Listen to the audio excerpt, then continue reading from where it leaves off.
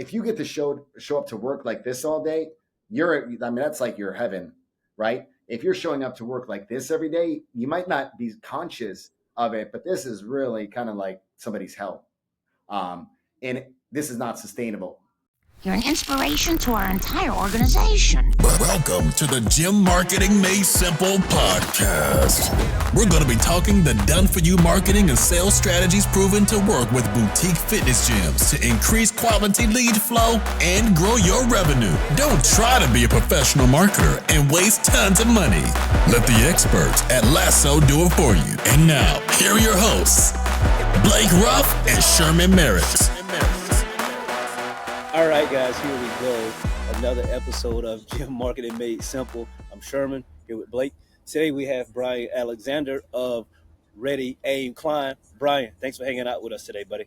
Yeah. Thanks. I'm excited for this. This will be fun. So, obviously we go way back. I'm excited to talk about, with this being a podcast for gym owners, with you being a previous gym owner. Just so everyone knows, if you don't know Brian owned CrossFit at the moment. He had the coolest gym that I had ever been to. This man had a coffee bar in there, all this equipment, and how big was that gym? 17,000 square feet. Too big. Too big, but it was awesome though. You could do everything. It was awesome. So, Brian, let's talk a little bit about what you're doing now, because you help us on the business side, but specifically we're going to talk about the PI stuff. Like, if you guys aren't familiar with the predictive index stuff, this is going to be a great episode for anyone that struggles with hiring the right people, because we know hiring the right people is of the utmost importance, because when someone wants a job, they'll say that they'll do whatever you need until you get them in the right seat, or the seat that you thought was the right seat that you figured out, 1, they hate it, 2, they're horrible at it, 3, they can't do it for long. Then it's a bad situation to be in. So we've been working with Brian for a while. So Brian, let's talk a little bit about the PI stuff. Like, what is it? Sherman, why don't you start with how we use it at our company? Why don't you start with how we use it? Fair enough. So I think the main thing former gym owners and everybody listening to this, we realized, and me especially, I've had really bad hires. It cost me a lot of money, right? Moved somebody across country, a lot of different things that the end be all of hiring a bad person is going to cost you way more than investing in it and finding the right person long term. So at Lasso, and I 100%, I know Sherman, you agree, probably all of us agree that we wish we would have done this forever ago. Not only knowing who is a great person to hire, but also knowing how they're wired helps you communicate to them in a way that they understand, right? Like, whether they're detailed or like entrepreneurial, like they're just big thinkers and skip over every step, like probably we do. But just knowing all of that helps you manage them better and understand if they don't do something, why they don't do it, right? So at Lasso, we don't hire anybody anymore that doesn't take the test, because we have to know who's the best candidate. So, for us, it's been absolutely game changer, just knowing these are the right fits for our team and our culture and what we're looking for, so that long term, we're not replacing people and they're happy. And we know in a few months or 6 months what they might be pushing against, so we can give them either more space to grow or they need more defined roles. Sherman, anything to add? Yeah, no, I think, like you talked about, taking the test, for me, that's sort of that goes without saying, right? We're not hiring anyone on Lasso's team that doesn't take that. I don't even know if it's called a test. It's not like pass, fail, but right. You take this assessment, and then on top of the assessment, Brian's doing stuff on the back end where we are figuring out the role, the type of person it's going to take. So we sort of create the role before we even send out the assessment. That way, when people come back saying, "Oh yes, I'm great at this, I would love to do this," Brian's on the back end saying, "Listen, guys, I know they say that, but I see potential pitfalls here." And I'm just, at this point, we're like, "Oh, well, if you don't think it's going to work, sorry, guys, this isn't going to work," because for so long, pre-Lasso, we hired just based off emotions and feelings, and I like this person. But I think that if people could really get a hold of this, Brian, like I think it could change. I mean, gyms in particular, because everybody wants to be, they're coaches and they do this, but then as you become a coach, oh well, I need them to do a little bit extra, you know, and then you're putting people in the wrong seats, and it's just down the road, it's just causing so much stress and heartache and headache. So let's talk a little bit, Brian, about the PI. Sort of give us a little background on it, because I don't think many Yeah. people know about it. Yeah. So, my genesis into assessments came from my experience with owning gyms, uh, getting it wrong many times, banging my head against the wall, and trying to figure it out. But also, I had the opportunity to be a gym mentor for a company called Two Brain Business. I was one of the founding mentors, and I had hundreds of phone calls, maybe probably 1,000 over the course of 4+ years. And no matter how buttoned up the systems were and the processes were and the SOPs were, um, both my gym and other gyms kept running into the same problem. And all business problems actually are people problems, is what I found. And it was just really kind of annoying to me that we didn't have a solution for it. The company was so data driven in everything they did. But when it came to people, gym owners were just winging it, literally winging it, going off their feelings. Usually we hire people that are most like us, right? We like people that are most like us at least, but that doesn't always mean they're good for the role that we need them to execute. And oftentimes, people who are not wired like us are the most fruitful business relationships, but they annoy us the most at times because there's a little bit of friction if you don't really appreciate the differences in strengths of individuals. So it was just like this kind of point of realization where I'm like, we teach the what, we teach the how, but we completely ignore the who. And this was like before Dan Sullivan's book, Who Not How. I remember there was a big Two Brain Summit and we had a bunch of gym owners come in, and I gave this crazy talk about hiring the right who for the what and the how. And I think it was a little bit premature and nobody really understood it as well. Um, but usually, if you're a business owner, the people that really understand it are the people that have already gotten it wrong and then felt the pain of getting it wrong. In particular case, I did that multiple times and I took massive gambles. I got it wrong a couple times. Number one, I got it wrong with my wife. I put her into a position where she was just miserable. So she was a little more detail oriented than I was, but we're both not very detail oriented. And I'm like, well, she can handle all the details. And I offloaded all of the details. So I was a visionary. I tried to make her an integrator. She was not an integrator. And I basically made her miserable and ruined our marriage, right? I definitely hurt our marriage a little bit. But through these assessments, that's really where I was like, okay, either everybody keeps failing me, or I need to turn the mirror around and look in the mirror and say, maybe I'm missing something. They can't all be idiots, right? It's like one of those things. And so I took my first assessment. It was the Colby assessment, completely blew my mind. It was just like something that I just gave to everybody. I'm like, look, this is who I am. I can't even explain it better than they've explained it. Just read this. This is exactly who I am. And that kind of, morphed over time. We began using that with gyms. And then I ran across the predictive index, which covered a little bit more about like motivating drives and kind of needs and behaviors for the workplace.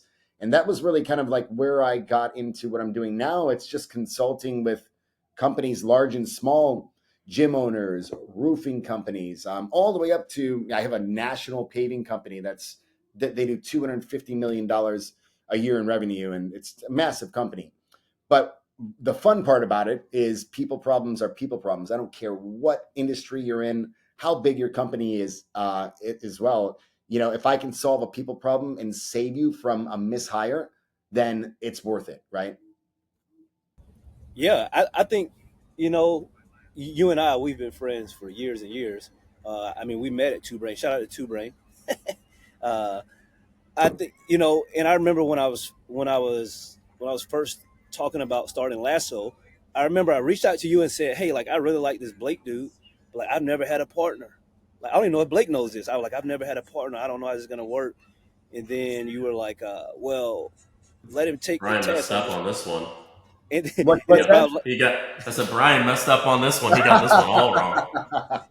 and Brian was like, "Well, let him take the test." And then I remember me and you talking through it, and then we were like, "Hey, like this can work. There's a potential," but I think that now, looking back, I hope that all companies, but specifically gym owners, can really get this hiring piece right because you hire the right people, get them in the right seats. Like it's just a game changer. I think that's one of the things at Lasso that allowed us to have so much success so quickly is that we don't, like we just don't hire because this person seems nice. It seems like seem like they'll be a good fit. I mean, that may be the case, but you're still getting the assessment. We're still going to create that job role, and Brian's going to tell us if he thinks this is going to be a good fit or not based on results, and then we'll go from there. So like it's definitely a game changer. Um, Brian, like so with the companies that you work with, large and small, um, do do a lot of the people that lead, like, do they push back on some of the results, or like how do they take it? Because Blake and I, we've sort of been like, hey, we know you, we trust you. You say it, like we're taking it to the bank. But like, is that always the case? It's not always the case, but oftentimes when people read their results of the assessment, I'd say 99% of the time, when you read that predictive index result, you're like, how in the world does it know this much about me by literally a 5 minute assessment, I right? agree. I agree. Uh, My mind was blown. My mind was blown when I read. Mine was just like, this is crazy. Yeah, and so here's the thing. There's a fun fact. There's 800 plus assessments on the market, and your listeners, maybe I'm sure have taken, if not one, maybe two or three or more, right? But out of those 800 assessments, there's only a small like handful that are scientifically validated to be used for hiring and selection. So that means that the data is reliable and repeatable and stable over time, but there's also 350 plus validity studies on predicting long term success in a role using behavioral data, like the behavioral assessment and then the cognitive assessment. So it's not like, astrology. This is it's a behavioral science, and there's scientific validity to it. Now, using the right tool for the right job is critical. You wouldn't want to cut a steak with a spoon, although you could. Really, you should be using a steak knife. When it comes to hiring, out of those 800 assessments, there's less than 10 that are actually scientifically validated for hiring. They're meant for hiring. So all assessments are good, but they can't do all things. But that's why we're so confident in the data, because it's the process of it all. It's not just that assessment, it's actually the process of defining the behavioral requirements for your exact role and then lining up all your candidates against it, measuring kind of the fits and gaps to make sure that behaviorally they're a good fit for the role. Now, culturally, they have to fit your company as well. They have to align with your core values, live and breathe them, of course. So when you can couple those two together, that's a multiplier for success in the role. And if there's one thing that you kind of take from this whole thing, I always use this analogy, and this will stick with you, I hope. So your natural hardwiring. So if you took a PI, your hardwiring is basically like this rubber band in its natural state, right? It doesn't take much energy to stay here. Now we can all do and be anything. We can stretch, right? But it's going to be under constant tension, energy, and effort. And then the moment you let off of that artificial tension and energy and effort, you snap back to your natural state. So, like Sherman said, I think any great leader can get people to follow them, and they're going to rise to the occasion. They're going to say, yeah, I want to work with Sherman, or I want to work with Blake, or want to work with you as a gym owner. they might not be self-aware, so they'll take on anything and they'll say, okay, I'll just figure it out. I'll grit it, I'll bear it. And for you, you're probably like, I just need a hot body in the seat. I like this guy. Let's give him a shot. But you're actually not doing them a service by putting them into the wrong position. It's like you're actually probably going to end up hurting that relationship and becoming a little bitter and resentful that they're not living up to what you thought they should be doing. So now, while we can stretch in natural and unnatural ways under constant tension, energy, and effort, the minute we see performance problems, it's usually because of that stretching or when it lets off. So that individual might come out of the gates hard for the first 90 days, but after 90 days, you see somebody completely different in the role, and you're like, man, what happened? I thought I got this one right. I thought that person was going to be a rock star. And that's what happens. I mean, this is literally what happens when there's either lack of engagement or performance problems happening. People don't just snap back to who they are, and they're like, oh, I can't do this anymore, or they perform poorly. So another analogy that I use is, I use a starting lineup for a basketball team. You have a point guard, shooting guard, small forward, power forward, and center, and they all play their positions well. They all have their unique attributes that allow them to play their position well. But what happens if you pull them off the court and you put the point guard at center and the shooting guard at small forward, and you throw them back onto the court?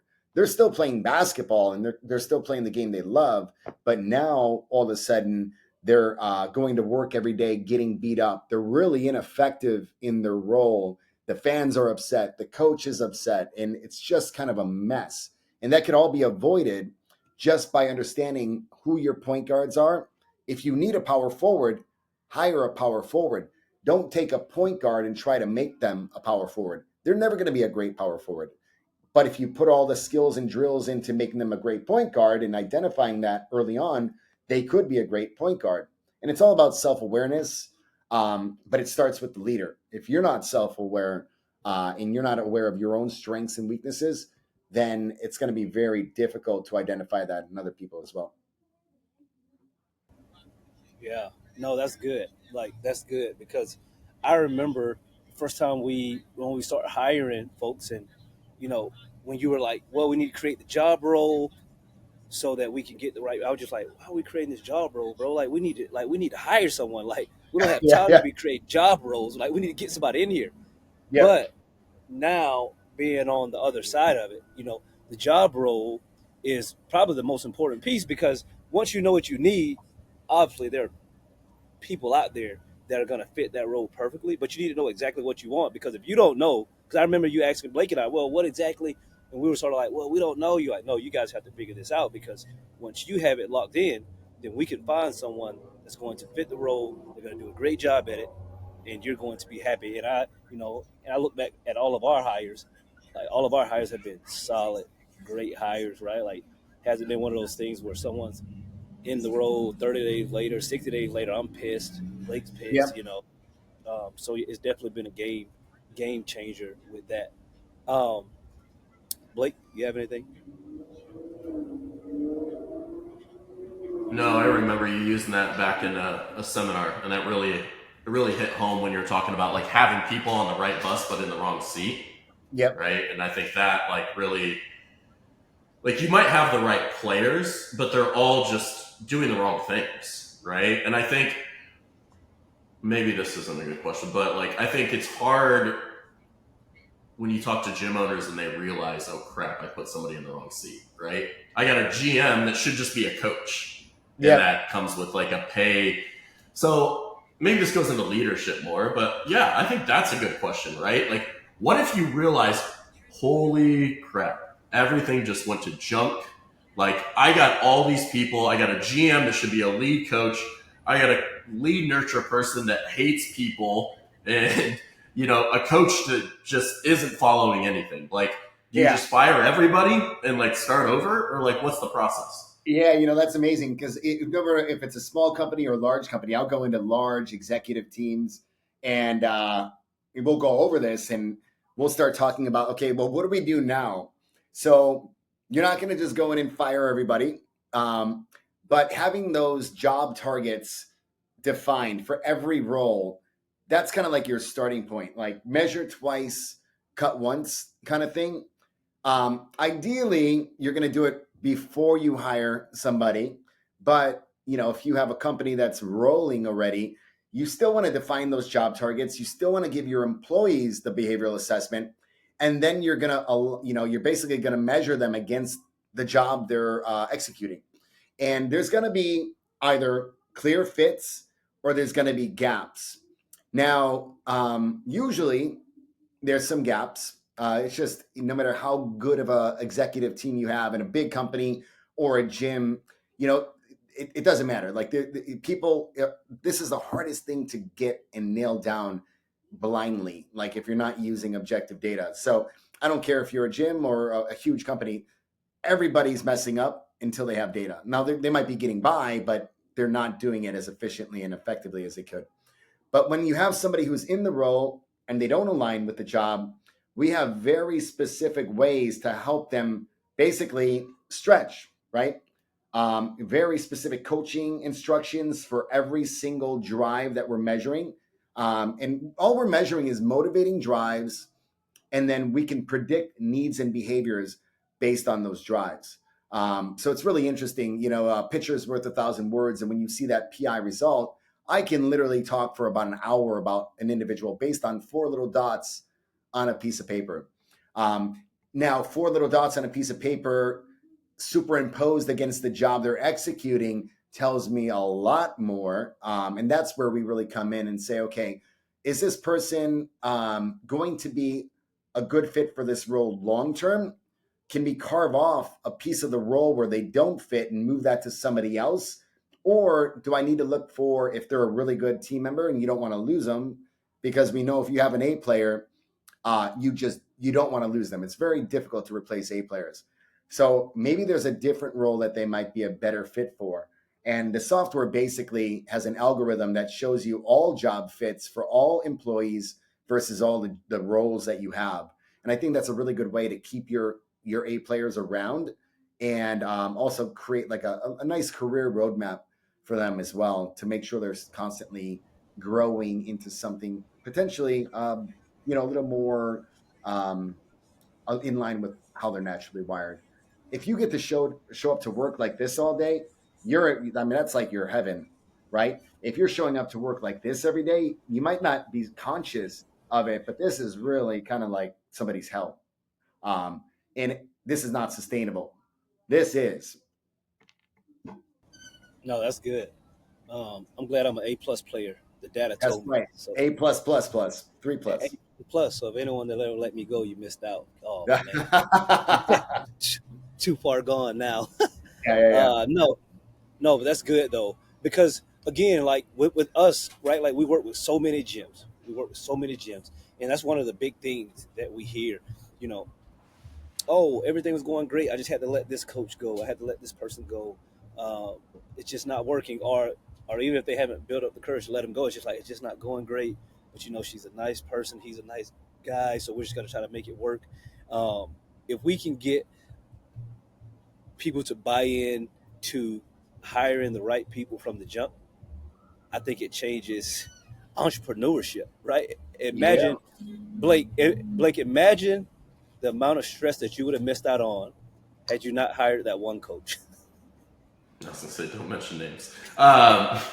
Yes, that was. Yeah, I mean, not. Here's the thing, though. It's. We're not even talking about stress just in the work life, right? Like that follows over to your family, like your relationships, all of that, right? Like having the wrong people doesn't just like you carry that stuff everywhere. Like you're stressed about it all the time, right? You're answering stuff you shouldn't be. You're like, and so I'm thinking, I think a great question, like a gym owner, right? Like all the roles are important.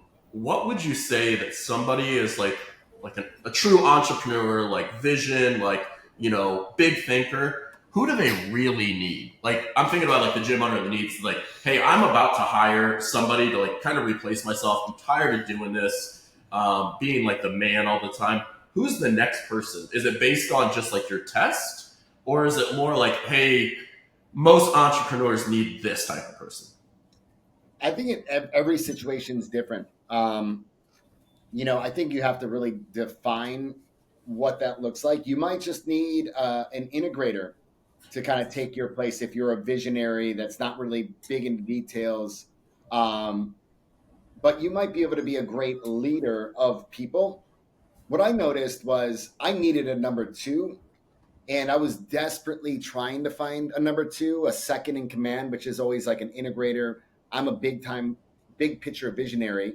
But being a business mentor at the time for gyms, I was proficient at the integrator role, but it was wearing me down, and it was actually taking me out of what I did really well, and it started affected everything and everyone around me because I was in the wrong seat now. So I think that number two is critical, especially if you're a visionary. An executive assistant, I think, is a no brainer. Usually for a gym owner, just to handle all the back end admin stuff that maybe not be client facing or customer facing, but has to get done. Oh, there we go. Don't Yeah, ever you're give a good. thumbs up. Don't ever give a thumbs up on Riverside. Um, Coaches, depends on, actually how you want a class delivered. That matters. If you want it warm and fuzzy and you expect that coach to coach 5 classes in a row and maintain that warm and fuzziness, I'll tell you exactly who not to hire as a coach, no matter how good of a technical coach they are. So your client and customer experience plays a role in this as well. So there's just so many different things that come into play for every position. But if you're a visionary gym owner, which I would imagine most gym owners are visionaries, but I shouldn't assume I was. You need a second in command to basically, run the gym, operate the gym, and make sure that you're not taking yourself out of what you do well. And yeah, I hate to use the word magic, but you have a unique gift that allows you to build this thing probably out of sheer will and charisma. So for you to try to just live in the weeds and the spreadsheets, although it's important to know your data, you might be doing everybody a disservice by playing the wrong position. You're trying to play a power forward, and look, you're probably a point guard, and trust me, you're going to be miserable playing power forward, and everybody around you will also be miserable by you trying to play power forward. I feel attacked. I feel attacked. Um, but I think like I look back at it, like I go back to these personal things, and I remember you us talking about Lasso before it started, and Blake and I, and this and that, and I didn't totally get it, but now, what 4 years later, I get it. Like, Blake and I, we're opposites. I'm good looking. He's not. He's into the details. I'm not. Like, but no, but seriously, like, Blake Yeah. is Blake enjoys the stuff that I don't want to do, Hmm. and I I don't know if I would enjoy. say enjoy. I just do it and can do it long term and just do it. Yeah, Well, I don't know correct. if I love it. that's what Cor- matters. So Sherman, yeah, Yeah. imagine this. Imagine me and you knowing what we know now, but just reverse engineering this, had this great idea to start Lasso. And because we like each other so much, we're like, hey, we should do this together. And this is what always happens with partnerships. People bring in other people to a business because they want, I think it's they don't necessarily know they need the opposite. So it's kind of like a weakness of like, I just want to do this with somebody else to kind yeah. of like lighten the load. But now we know Sherman and I are literally wired almost exactly the same in both predictive index and Colby. So Sherman and I would have whiteboards full of ideas with nothing done, nothing implemented, nothing executed. And we'd still be messing around. And maybe we would have got smart and hired VAs and done all this other stuff. But more often than not, we want to partner and work with people who are like us. And again, that is not always the best thing to do if you want to get things done. So having that data, looking at how Blake was wired from a Colby and PI perspective, it's just such a better fit to build a business when you have two people who are wired differently that can basically fill each other's gaps. and really complement each other rather than just kind of clone each other. Two clones of an individual, not the best for partnerships, for sure. Yeah. Here's a question for you, and I think maybe you mentioned this to us. So, what's the cost associated with making a bad hire? So it varies, right, on the position or the level of the role. If you have a mid, like in the corporate world, we'll start there, and we'll kind of bring it down to the gym Mm-hmm. world because the gym world is unique and different. But in the corporate world, mid-level manager, $100,000 a year salary, the cost is three times that to turn that position over. Meaning to hire somebody and then lose them, and then have to bring somebody else in, and the cost, really are um, it's recruiting, it's time spent interviewing, it's onboarding, and then it's training, but also the time lost when you lose somebody. The entire team, including the business owner, and if it's a company, an executive team, they all have to stop doing what they're doing and fill that gap of that person who's left short term. But it takes them off of their game, reduces their bandwidth and focus on what they should be doing, and that's where those multipliers come in. Now, a gym owner, let's say you have a GM, maybe they're making 50 grand a year. You can still pretty much confidently say at least double that for a general manager for a gym. Um, it's very costly. I think sometimes, as Sherman kind of alluded to, people just say, I just need a hot body in the seat. I don't care. I'll deal with it. But, in my perspective, and I deal with a lot of like P&Ls with larger companies, if you actually put the cost of turnover as a line item on your P&L, that would just completely shock you and you take it a lot more seriously. But we tend to kind of just brush that under the rug and we're like, all right, we'll get somebody else in the role. And you might turn the position over once or twice. That could cost you a couple $100,000 without you knowing it. So it's really important to get it right. I don't care what it costs. The cost of getting it wrong is so expensive. No, I get that. No, for sure. So, man, I feel like we've given a ton of value in this one. We're gonna have to have you back for part two because we're working on something big right now on the back end of Lasso, and we need to get together about these new hires we're about to make.